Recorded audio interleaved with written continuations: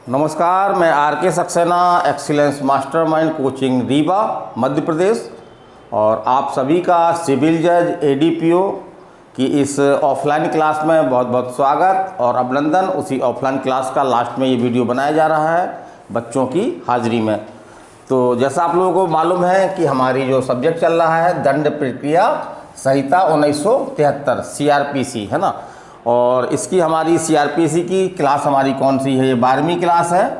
और इस क्लास में आज हम 4 धाराएं हैं हमारी, धारा 26, 27, 28 और 29। तो काफ़ी महत्वपूर्ण धाराएं हैं। इन धाराओं से क्वेश्चन आपके एग्जाम में बनते हैं, चाहे सिविल जज हो या एडीपीओ हो या अदर कोई स्टेट का एग्ज़ाम हो। तो हम इन्हीं धाराओं के बारे में बहुत ही सरल और सहज स्वभाव से, अनावश्यक बातें न करते हुए, आपको बिल्कुल न उलझाते हुए बताने का प्रयास कर रहा हूं। तो आप देखें और बताएं कि ये क्लास हमारी कैसी है। तो आज हमने एक नया अध्याय शुरू किया है, अध्याय 3, जो न्यायालयों की शक्तियों से संबंधित है। और इसमें आपकी धारा 26 से लेकर के 35 तक धाराएं हैं। तो एग्ज़ाम में इस तरह क्वेश्चन पूछे गए हैं कभी कभी कि अध्याय में किस धारा से किस धारा तक अध्याय है ये। तो अगर आप इसको दिमाग में रखेंगे तो आपको धाराएं भी दिमाग में रखने में जो है एक ही क्रम के अनुसार जो है वो सुविधाएं होंगी। चलिए हम चलते हैं। तो पहली धारा हमने कौन सी ली है? कौन सी धारा है आपकी? धारा 26। तो न्यायालय जिनके द्वारा अपराध विचारणी है। तो न्यायालय का काम क्या है? अपराध का विचारण करना, और विचारण करने के बाद जो है वो उचित जो है वो दंड देना। यदि अपराध प्रमाणित होता है तो उचित दंड दिया जाता है। तो हमारे धारा 26 में यही बतलाती है कि अपराधों का विचारण जो है वो कौन न्यायालय करेंगे। तो चलिए हम देखते हैं। तो इसको हम 2 वर्गों में बांटते हैं। एक तो भारतीय दंड संहिता के अधीन अपराध, और दूसरा हमारा है जो वो भारतीय दंड संहिता से भिन्न किसी अन्य विधि के अधीन अपराध। तो भारतीय दंड संहिता के अधीन अपराध का विचारण जो है वो कौन कर सकता है? हाई कोर्ट, उच्च न्यायालय कर सकता है, या सेशन न्यायालय कर सकता है, या ऐसे न्यायालय कर सकते हैं जिनका उल्लेख जो है वो हमारी सीआरपीसी की पहली अनुसूची में बतलाया गया है। तो हम अनुसूची देख सकते हैं। तो उसमें मजिस्ट्रेट का जो भी न्यायालय है विचारण किसके न्यायालय द्वारा होगा, उसमें स्पष्ट रूप से जो है वो हर अपराध के सामने लिखा हुआ है। फिर लेकिन यहाँ पे एक थोड़ा सा महत्वपूर्ण प्रावधान है, जैसे कि बलात्कार संबंधी मामले हैं जनरली 376 है। और 376 के अलावा आपकी बहुत सारी धाराएँ जो संशोधन द्वारा जोड़ी गई हैं। तो ये हम लोग एक समूह के रूप में देख सकते हैं, कोई अन्य धारा नहीं है। 376 का, 376 का खागा, 376 खा, 376 घा, 376 घा का, 376 घा खा, 376 अंगा, है ना। ये अपराध हैं। अगर तो जनरली ये महिलाओं संबंधी अपराध होते हैं। तो यदि कोई न्यायाधीश जो है पुरुष होगा तो महिलाओं को जो है वो इसमें अपना बचाव वो हाजिर होने में क्या होगा, दिक्कतों का सामना कर पड़ सकता है। तो इस उद्देश्य से इसमें जो है महिलाओं संबंधी अपराध हैं। तो इसमें ये प्रावधान किया गया है कि ये जिस भी न्यायालय द्वारा इसका विचारण किया जाए, लेकिन एक शर्त आवश्यक है कि जो पीठासीन हो वो कोई महिला ही हो। तो महिला पीठासीन द्वारा ही इन अपराधों का विचारण किया जा सकता है। चलिए, ये सरल था, कोई सिंपल था, कोई कठिन नहीं था।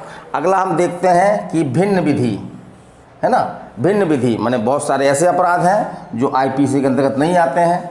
तो यदि उनके अधीन अपराध किया गया है तो उसका विचारण जो है कौन से न्यायालय करेंगे। तो इसमें लिखा हुआ है साफ साफ कि यदि उस विधि में, जिस विधि के अधीन जो आईपीसी से अलग है, यदि अपराध किया गया है और उस विधि में कौन सा न्यायालय विचारण करेगा, इस बात का प्रावधान कर दिया गया है। तो उस न्यायालय द्वारा, और यदि इस तरह का प्रावधान नहीं किया गया है तो जो आईपीसी के अधीन अपराधों का विचारण होता है उस तरह से उस अपराध का विचारण होगा। तो चलिए, सिंपल बात है, यहाँ से कोई क्वेश्चन विशेष बनता नहीं है। यहाँ से क्वेश्चन बना है आपका कि 376 का अपराध अगर है कोई तो उसमें महिला ही पीठासीन अधिकारी होगी। फिर चलिए हम अगली धारा देखते हैं, धारा 27। तो ये किशोरों के मामले में अधिकारिता संबंधित है। क्या है इसका? किशोरों के मामले में अधिकारिता संबंधित है। तो इससे क्वेश्चन तो आपको ये बना है कि धारा 27 में जो है किशोर की आयु कितनी होना आवश्यक है? तो 16 वर्ष से कम, 16 वर्ष से कम। यद्यपि कुछ किताबों में मिलता है कि इस आयु को जो 18 वर्ष कर दिया गया है। तो इसको आप कंफर्म कर लीजिएगा। तो 16 वर्ष से कम। और अपराध कौन से होंगे, तो चलिए हम पढ़ते हैं एक बार इसको। जहां अपराध मृत्युदंड या आजीवन कारावास से दंडनीय नहीं है ना, दंडनीय नहीं है माने कि बहुत बड़ा अपराध नहीं है जिसकी सज़ा जो है वो मृत्युदंड हो या आजीवन कारावास हो। तो ऐसा कोई अपराध जो मृत्युदंड या आजीवन कारावास से दंडनीय नहीं है और ऐसा अपराध जो है वो 16 वर्ष से कम आयु के बालक द्वारा, है ना, किया गया है। और यहाँ पे एक क्वेश्चन आपका बना है एग्जाम में कि जो 16 वर्ष आयु की गणना जो है वो कब से की जाएगी।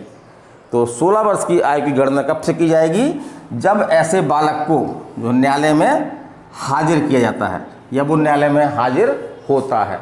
तो न्यायालय में हाजिर होने के दिनांक से जो है वो 16 वर्ष की आयु की गणना की जाएगी। तो ऐसे अपराध का विचारण कौन करेगा, तो इसमें एक विशेष पावर दी गई है। किसको पावर दी गई है, मुख्य न्यायिक मजिस्ट्रेट को, जिसको हम बोलचाल की भाषा में क्या बोलते हैं, CJM। तो मुख्य न्यायाधीश को दी गई, मुख्य न्यायिक मजिस्ट्रेट को दी गई है। या जो बालक संबंधी विधियां हैं उनके अधीन यदि कोई न्यायालय है तो उसके द्वारा उसका विचारण किया जाएगा। तो इससे क्वेश्चन बनता है आपका, तो इसमें एक तो याद रखना कि किन अपराधों का, तो ऐसे अपराध जो मृत्युदंड या आजीवन कारावास से दंडनीय नहीं है। दूसरा, कितने वर्ष की आयु व्यक्ति द्वारा किए गए हैं, 16 वर्ष से कम आयु के बालक द्वारा किए गए हैं। तो ये 16 वर्ष आपको दिमाग में रखना है। और ऐसे अपराधों का विचारण कौन करेगा, मुख्यतः ऐसा पूछता है तो मुख्य न्यायिक मजिस्ट्रेट, मुख्य न्यायिक मजिस्ट्रेट। चलिए अगला हम देखते हैं, बहुत ही महत्वपूर्ण धाराएं हैं ये, इनसे क्वेश्चन आपके बनते हैं। धारा 28 दंडादेश जो उच्च न्यायालय और सेशन न्यायाधीश दे सकेंगे। तो उच्च न्यायालय या सेशन न्यायाधीश जो है वो किसी अपराध का विचारण करते हैं तो वो कितना अधिकतम कितना दंड तक दे सकते हैं उसके बारे में प्रावधान है। तो चलिए हम सुविधा की दृष्टि से हमने इसको बांट रखा है। हम पहली बात करते हैं उच्च न्यायालय की। पहले हम किसकी बात कर रहे हैं, हाई कोर्ट की। तो हाई कोर्ट जो है वो उस दंड के लिए जो भी दंड उपबंधित है कोई भी दंडादेश दे सकता है ना। इसके दंडादेश देने में कोई सीमा नहीं है, ना तो कारावास देने में ना ही जुर्माना देने में। फिर आगे हम बात करते हैं तो उसमें दो हैं, सेशन न्यायाधीश है आपका और अपर सेशन न्यायाधीश, जिसको हम बोलचाल की भाषा में क्या बोलते हैं, डीजे और एडीजे, है ना। डीजे हम जनरली इसको बोलते हैं और सही भी बोलते हैं, इंग्लिश में इनको डीजे एडीजे ही बोला जाता है। तो ये भी जो है वो कोई भी दंडादेश दे सकते हैं, ये भी जो है वो कोई भी दंडादेश दे सकते हैं, लेकिन शर्त एक है कि यदि इन्होंने जो है वो मृत्युदंड दिया है, किसी व्यक्ति को जो है फांसी की सज़ा दी है, तो हाई कोर्ट द्वारा, उस राज्य के हाई कोर्ट द्वारा जो है वो इसकी पुष्टि होना आवश्यक है ना। तो ये ध्यान रखिएगा कि अगर यदि मृत्युदंड दिया गया है तो उच्च न्यायालय द्वारा जो है वो उसकी पुष्टि होना जो है वो ज़रूरी है। फिर हम बात करते हैं सहायक सेशन न्यायाधीश की। तो सहायक सेशन न्यायाधीश जो है वो 10 वर्ष तक का कारावास या जुर्माना, तो जुर्माना की यहाँ कोई लिमिटेशन नहीं दी गई है, सिर्फ कारावास की बात की गई है। तो 10 वर्ष तक का कारावास या जुर्माना का सज़ा जो है वो दे सकता है। कौन दे सकता है, सहायक सेशन न्यायाधीश। अब अगली धारा है आपकी, तो इससे जुड़ी हुई धारा है। अब हम बात करते हैं मजिस्ट्रेटों की कि मजिस्ट्रेट के न्यायालय जो है वो कितना दंड दे सकते हैं। तो धारा 29 दंडादेश जो मजिस्ट्रेट दे सकेंगे, है ना। तो हमारे मजिस्ट्रेट हमारे दिमाग में क्लियर है। सबसे बड़ा मजिस्ट्रेट कौन है आपका, मुख्य न्यायिक मजिस्ट्रेट, फिर नगर में प्रथम वर्ग न्यायिक मजिस्ट्रेट, फिर द्वितीय वर्ग न्यायिक मजिस्ट्रेट। अगर हम महानगर में चले जाएंगे तो महानगर मजिस्ट्रेटों के 2 वर्ग हैं, एक तो मुख्य महानगर मजिस्ट्रेट और दूसरा आपका महानगर मजिस्ट्रेट। तो हमने इसको सुविधा की दृष्टि से 5 को अलग अलग कर दिया है कि ये जो है वो कितना दंड दे सकते हैं या कितना जुर्माना कर सकते हैं। तो चलिए हम बात करते हैं पहले मुख्य न्यायिक मजिस्ट्रेट की, जिसको हम CJM बोलते हैं। तो ये कितना दंड दे सकता है, 7 वर्ष तक का कारावास, 7 वर्ष तक का कारावास। और जुर्माना में कोई लिमिटेशन नहीं है ना। तो जुर्माना में कोई लिमिटेशन नहीं है। फिर हम बात करते हैं प्रथम वर्ग मजिस्ट्रेट की। तो प्रथम वर्ग मजिस्ट्रेट जो है वो कितना कारावास दे सकता है, तो 3 वर्ष तक का कारावास या 10,000 रुपये तक का जुर्माना। तो 3 वर्ष तक का कारावास या 10,000 रुपये तक का जुर्माना। अब हम बात करते हैं नगर में ही द्वितीय वर्ग मजिस्ट्रेट की। तो द्वितीय वर्ग मजिस्ट्रेट की क्या पावर है, 1 वर्ष तक का कारावास दे सकता है ये, है ना। 1 वर्ष तक का कारावास या सेकंड में कारावास दे सकता है या 5,000 रुपये तक जो है वो जुर्माना दे सकता है। चलिए हम आप आते हैं महानगर क्षेत्र में। तो महानगर क्षेत्र में जो मुख्य न्यायिक मजिस्ट्रेट होता है उसको क्या बोला जाता है? मुख्य महानगर मजिस्ट्रेट। क्या बोलते हैं? मुख्य महानगर मजिस्ट्रेट। तो इसकी पावर क्या है?